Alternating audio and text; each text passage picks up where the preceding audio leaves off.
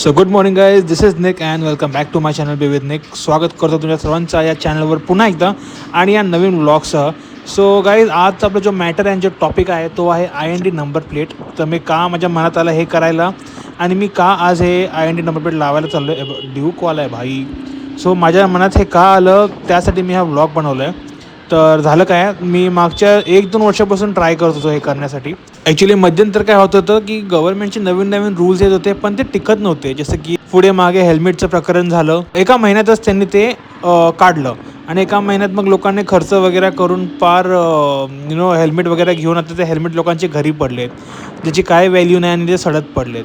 So असं माझ्या मनात आलं की यार असं तर होणार असेल प्रत्येक वेळेला, तर मी लगेच मनावर घेऊन IND नंबर प्लेट लावायला जरा मी डिले करावं आणि बघू पुढे कसं काय आता करायचं आहे. पण आता कुठेतरी वाटते की मला हे नेसेसरी झालं आहे. आणि आता काय हे पीकवर आले, म्हणजे ऑलरेडी गव्हर्नमेंटने 3दा वॉर्निंग देऊन झालेत आपल्याला की बाबा IND नंबर प्लेट लावा लावा लावा. आणि अजून मला हा फाईन सहन नाही होणार, म्हणून मी म्हणतो की चला लावून घेऊया. आणि परत जरा मला बाईकही चालवता भेटत नव्हती, काय व्लॉग करता येत नव्हतं. सो म्हटलो की चला आपण जरा लांबचं RTO घेऊया, सो दॅट अकॉर्डिंगली जरा बाईक पण चालवायला भेटेल आणि मजा पण येईल. तर आता मला जायचं आहे कामावर, पण कामावर जायच्या आधी म्हटलो की चला हे काम पटवू आणि सकाळ सकाळची वेळ आहे, तर रस्ता पण मोकळा भेटेल असं मनात ठेवून निघालो आता मी ते कामासाठी. आणि रिक्वेस्ट करतो सर्वांना की प्लीज हा व्लॉग एंडपर्यंत बघा अँड माझी राईड एन्जॉय करा. तोपर्यंत पोचूया आपण जोगेश्वरीला, कारण तिथे आपला स्पॉट आहे, तिथे आपण लावणार आहे नंबर प्लेट. आणि जस्ट पोचलेलो आहे मी आता माहीमच्या सिग्नलला, जिकडे तुम्हाला माहिती आहे की किती दहशत आहे या सिग्नलची. कारण ज्याही बाईक्समध्ये एखादा प्रॉब्लेम असेल, म्हणजे समजा IND नंबर प्लेट नाही आहे, मिरर नाही आहे और PUC इन्शुरन्स काय नसेल, तो व्यक्ती इथून शक्यतो क्रॉस होऊ शकत नाही. एवढी या सिग्नलची दहशत आहे.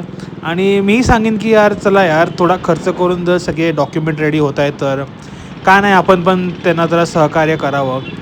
कारण ऑब्व्हियसली जेवढा आपण रूल्समध्ये राहणार तेवढा आपण सिटिझन इकडचे कहलवणार. आणि ऑब्व्हियसली आपली मुंबई, तर आपण त्याची काळजी घेतलीच पाहिजे. So let's see. आता प्रयत्न तर करणार आहे की लवकर यायला घरी, कारण आत्ता वाजले आहेत 10 आणि आपल्याला कामावर पण जायचं आहे. सो ट्राय करीन की लवकर यायला घरी. म्हणजे मला ॲक्च्युली भरपूर दिवस झाले बाईक चालवून, कारण काय होतं आहे, थोडा कामाचा टेन्शन आणि कामाच्या लोडमुळे मला बाईक राईडला जाता येत नाही आहे आणि काही करता येत नाही आहे, नाही कुठे व्लॉग करता येत आहे. सो म्हटलो की ना हेच एक व्लॉग होऊन जाईल, मला एक कंटेंट भेटेल आणि थोडं बाईक राईड पण होईल. आणि आपण जे ND फिल्टर जे लावलं आहे आता नवीन, त्याच्यावर नक्कीच एक व्लॉग येणार आहे लवकरच, तेही ट्राय करू. सो व्हिडिओ क्वालिटी कशी वाटते तर मला सांगा, कारण यावेळेस थोडा चेंजेस केले ते माझ्या व्हिडिओच्या क्वालिटीमध्ये. ज्या प्रकारे बॅनर आले त्याप्रकारे मला वाटतं ट्रॅफिक जरा कमी आहे. होपफुली असंच राहावं, म्हणजे काय असं पण पटापटच निघतो, आपल्याला काय ट्रॅफिकचा फरक पडत नाही. पण नसेल तर बरं आहे ना, म्हणजे कष्ट पण कमी घ्यायला लागतील. नाहीतर ते ट्रॅफिकमध्ये डोळे फिरवा, गाडी काढा, ट्रॅफिकमध्ये माणूस थकायला होतो. आणि मला त्याच्यामुळे कधी कधी असं वाटतं की वर्किंग आवरमध्ये थकायला नको, डिसेंट राईड झाली ना मग बास, मनाला शांती, मन खुश. भावाची बाईक कुठली एकदा बघितलं पाहिजे ना, म्हणजे तो जेवढा कम्फर्टेबल आहे ना, ते बघून मला जरा इच्छा होती की आता मी पण थोडं कम्फर्टच्या हिशोबाने स्विच केलं पाहिजे. कारण आता किती वर्ष CBR चालवणार गाईज. म्हणजे आता मला स्पोर्ट्स बाईक जरा जे आहे ते थोडा इश्यू होतं, कारण मी आता हल्ली बाईक कमी चालवतो आणि काहीतरी चालवतो तर जरा कम्फर्ट पाहिजे असं वाटतं मला. सो जरा सजेस्ट करा मला की कुठली बाईक मी ट्राय केली पाहिजे ॲज अ नेकेड बाईक, म्हणजे कसं त्या हिशोबाने आपण ब्लॉग बनवू आणि ती बाईक चेकआउट करूया. काय बोलता friends? And yes, welcome back to Honda airlines. So अशा प्रकारे मला पूर्ण क्लॅरिटी आलेली आहे की आता रस्ता आहे मोकळा आणि आपली बाईक जाणार आहे सुसाट. सो होपफुली खूप लवकरच पोचू. आणि आय गेस की मला जी व्हिडिओ क्वालिटी येते तर खूप जबरदस्त झाली आहे. होपफुली तुम्हाला पण ती क्लॅरिटी दिसत असेल तर नक्की व्हिडिओला लाईक अँड चॅनलला सबस्क्राईब करा.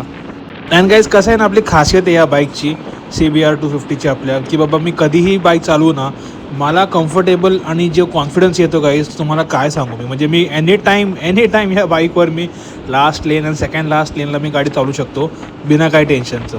आणि तुम्ही नोटीस करा, मी ह्याच लेनमध्ये चालवतो, कारण तिथे कसे घुसणारे वगैरे असतात ना, तर खूप त्रास होतो आपल्याला. कधी कंट्रोल होईल नाही होईल, रस्ते खडी वगैरे सगळे असतात. तो जिथे स्वच्छ रस्ते आहे ना, मी ट्राय करतो तिथेच बाईक चालू. तर इथे पुढे ना फोटो निघतात. माझ्या मित्राला लागलं आशिषला 80च्या वरती बाईकला फोटो लागतात.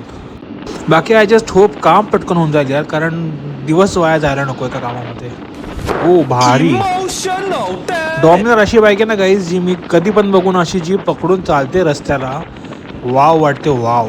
म्हणजे खरंच आपलं असं काही हे नसतो की कोणी पुढे गेलं तर पळवायची, पण एक कॉम्पिटेटिव्ह असलं तर टाईमपास होऊन जातो. सो आपण प्रयत्न करतो त्याला पकडायचं आणि भेटेल पण तो. कारण हा रोजचा रस्ता आहे आमचा, की कसं आहे जेव्हा रस्ता आपला असतो ना तर कुठलीही बाईक पुढे जाऊ दे आपण त्याला असं तसं पकडतोच. कारण काय, रोजची सवय आहे या रस्त्याची, माहिती आहे कुठे ट्रॅफिक आहे, काय ट्रॅफिक आहे, कुठे खड्डे आहेत, कुठे बाईक स्लो होणार, कुठे पॅच लागतो.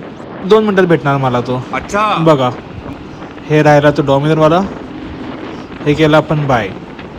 शिस्तीत, एकदम शिस्तीत. म्हणून मी बोलतो एकदम शांततेत बाईक चालवायचं, काही टेन्शन नाही घ्यायचं.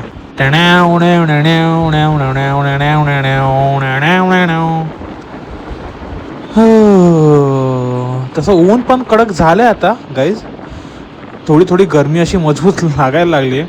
असं वाटतं की मला ग्लोव्ज घातले पाहिजे. सो फ्रेंड्स, तुम्ही आत्तापर्यंत व्हिडिओ बघताय तर तुम्हाला माझी रायडिंग स्किल्स कशी वाटते याबद्दल प्लीज मला कमेंट बॉक्समध्ये सांगावे. आणि मी काय सुधारणा करू शकतो ते पण तुम्ही सांगा. कारण I know rider is perfect. Bike कोणी कितीही चालू, प्रत्येकाच्यासाठी काय ना काहीतरी ॲडवाईस असतं.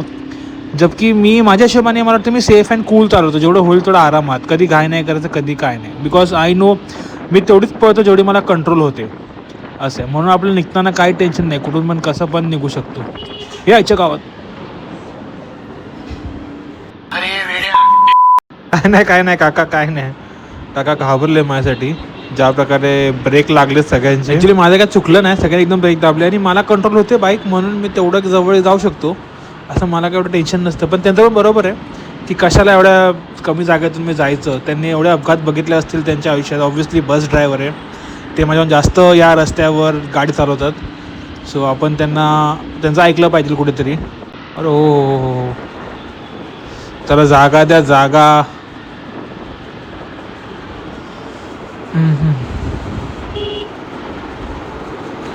तर इथे काय ट्रॅफिक लागले काय माहीत.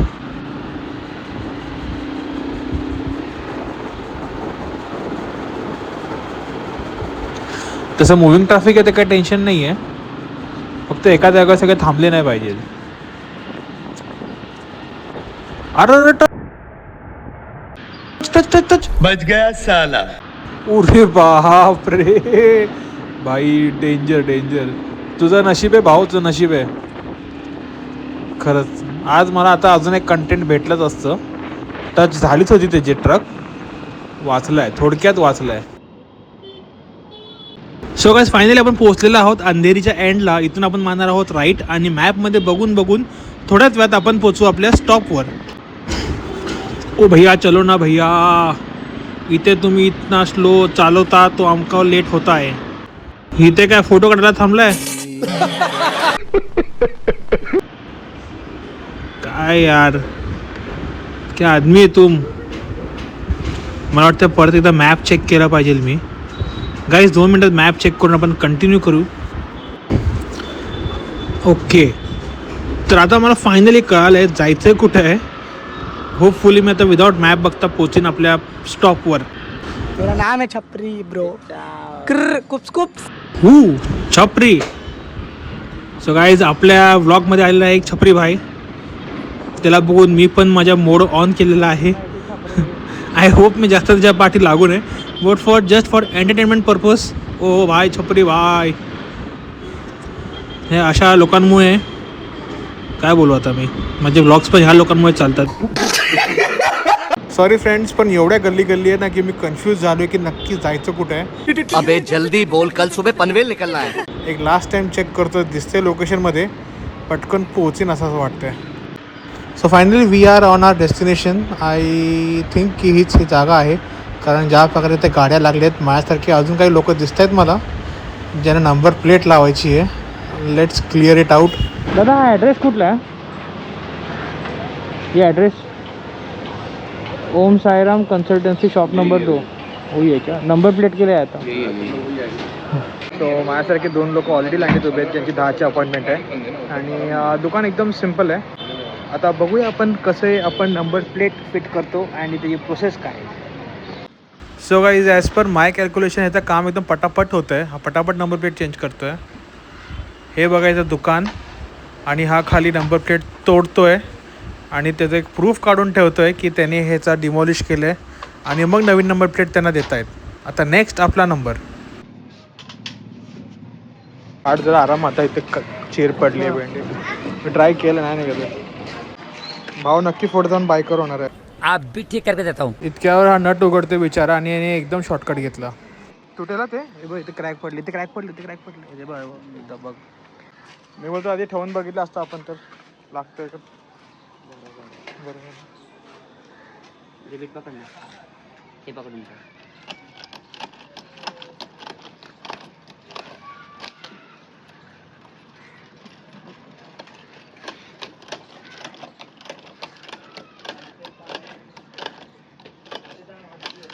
सो गाईज अशा तऱ्हेने आपले लागलेले आहे number plate. And finally IND number plate लावलेली आहे आपल्या बाईकवर first time after 4 years. And guys ही बघा आपली फ्रंटची नंबर प्लेट जी किती मस्त दिसते, अट्रॅक्टिव्ह आहे. बट अफसोस मी आता ही लावू शकत नाही कारण पुढे लावायला अँगल मी नाही ठेवलेत, त्यामुळे ही जाणार माझ्या बॅगेमध्ये. आणि ठीक आहे ना, एवढं चांगलं वागणं पण ठीक नाही आपल्यासाठी. नाव खराब होतं ना आपलं, म्हणून थोडं शिस्तीत. आणि अशा तऱ्हेने आपलं काम झालं आहे. निघूया आता पटकन घरासाठी. सो गाईज आजचा ब्लॉग मी इकडेच संपवतो. आय होप तुम्हाला हा व्हिडिओ आवडला असेल तर नक्की व्हिडिओला लाईक करा आणि चॅनलला सबस्क्राईब करणं नका विसरू. आणि भेटत राहा आम्हाला असं रोज माझ्या शॉर्ट्सवर जे मी रोज टाकतो रायडिंग शॉर्ट्स. भेटूया नेक्स्ट ब्लॉगमध्ये. तोपर्यंत ride hard, ride safe, take care and see you all soon. हे बघ कसा आला बघा अंगावर मूर्खासारखा.